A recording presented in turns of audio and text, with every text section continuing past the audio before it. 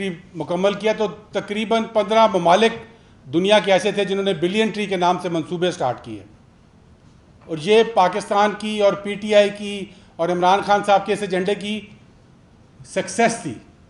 और इसके पीछे जो कुछ मैं कर सका मेहनत के साथ, कोशिश के साथ वो किया। उसके साथ साथ ये वो प्रोजेक्ट था जो मैं समझता हूँ कि पाकिस्तान की मुल्की तारीख का सबसे ट्रांसपेरेंट प्रोजेक्ट था।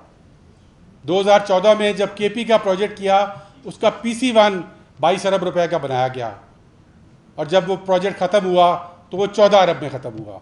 कोई पाकिस्तान का ऐसा ADB का प्रोजेक्ट नहीं है जो कि बजट से कम पे और टारगेट से ज़्यादा अचीव कर चुका हो। इसके साथ साथ इन दोनों प्रोजेक्ट्स को हमने independent third party performance audits करवाए।